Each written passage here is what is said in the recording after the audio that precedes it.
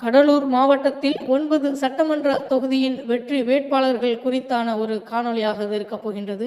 தமிழே குரல் வலையொலிக்கு உங்களை அன்போடு வரவேற்கின்றேன். கடலூர் மாவட்டத்தின் 9 தொகுதிகளில் முதல் தொகுதியாக விருத்தாசலம் தொகுதியில் நம்ம ஆனந்தி தண்டபாணி அவர்கள் வேட்பாளராக நிறுத்தப்பட்டுள்ளார். இவர் இளங்கலை பொறியியல் முடித்தவர் என்பது கூடுதல் தகவல். அடுத்ததாக விருத்தாசலம் தொகுதியை தொடர்ந்து புவனகிரி சட்டமன்ற தொகுதியில் திருமதி சுமதி அவர்கள் வேட்பாளராக நாம் தமிழர் கட்சி சார்பாக நிறுத்தப்படுகின்றார். மேலும் அவர் MSc முடித்திருக்கின்றார் என்பது கூடுதல் தகவல்.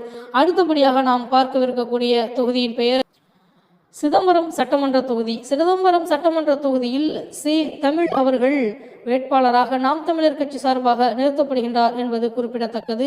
மேலும் இவர் இந்த தொகுதிக்கு மிக முக்கிய ஒரு வேட்பாளராக அனைவராலும் பார்க்கப்படுகின்றது. அடுத்ததாக கடலூர் மாவட்டத்தில் மிக முக்கிய தொகுதியாக பார்க்கப்படக்கூடிய பண்ருட்டி சட்டமன்ற தொகுதியில் திருமதி பானுப்பிரியா அவர்கள் களத்தில் நிற்கின்றார் வேட்பாளராக நாம் தமிழர் கட்சி சார்பாக என்பது குறிப்பிடத்தக்கது. முதுகலை ஆங்கில இலக்கியம் இளநிலை கல்வியை முடித்திருக்கின்றார் என்பது கூடுதல் தகவலாக இருக்கின்றது. அடுத்தபடியாக திட்டக்குடி சட்டமன்ற தொகுதியில் வி மகாலட்சுமி அவர்கள் நாம் தமிழர் கட்சியின் வேட்பாளராக களமிறங்குகின்றார். இவருடைய கல்வியின் தகுதி BSc B.Ed என்று கூறப்படுகின்றது. நிச்சயமாக இவருடைய போட்டியும் அங்கே பெரிதும் எதிர்பார்க்கக்கூடிய போட்டியாக இருக்கின்றது.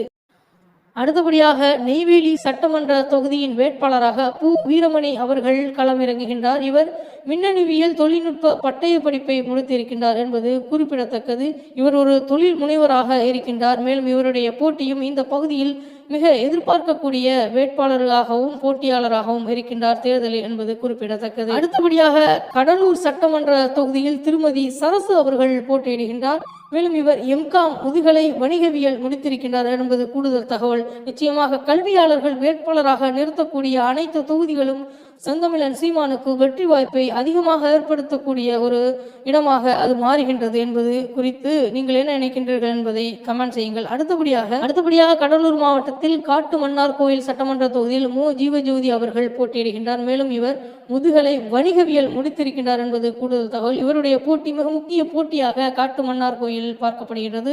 அடுத்தபடியாக நாம் தமிழர் கட்சி சார்பாக கடலூர் மாவட்டத்தில் குறிஞ்சிப்பாடி சட்டமன்ற தொகுதியில் கவிதா ரங்கநாதன் அவர்கள் போட்டியிடுகின்றார் என்பது குறிப்பிடத்தக்கது. இவர் முதுகலை ஆய்வு நிறைஞர் இளநிலை கல்வி போன்றவற்றை முழுமையாக முடித்து முற்றிலுமாக கல்வியில் சிறந்தவர் ஒருவராக வேட்பாளராக நாம் தமிழர் கட்சி அங்கே நிறுத்தியிருக்கின்றது என்பது குறிப்பிடத்தகுந்த ஒரு செய்தியாக இருக்கின்றது. அடுத்தபடியாக கடலூர் மாவட்டத்தில் மிக முக்கிய பகுதியாக பார்க்கப்பட இருக்கக்கூடிய ஒரு பகுதிதான் விழுப்புரம் சட்டமன்ற தொகுதி. விழுப்புரம் சட்டமன்ற தொகுதியில் போன முறை போட்டியிட்ட அதே அபிநயா பொன்னிவளவன் அவர்கள் இந்த முறையும் போட்டியிடுகின்றார் என்பது குறிப்பிடத்தக்கது.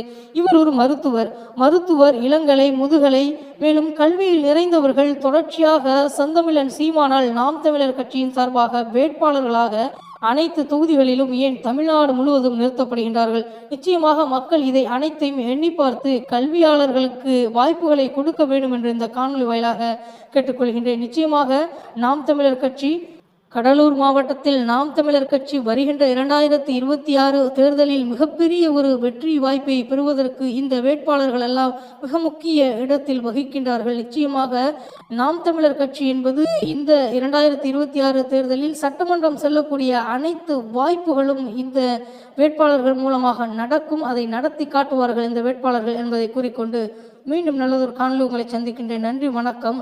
நாம் தமிழர்.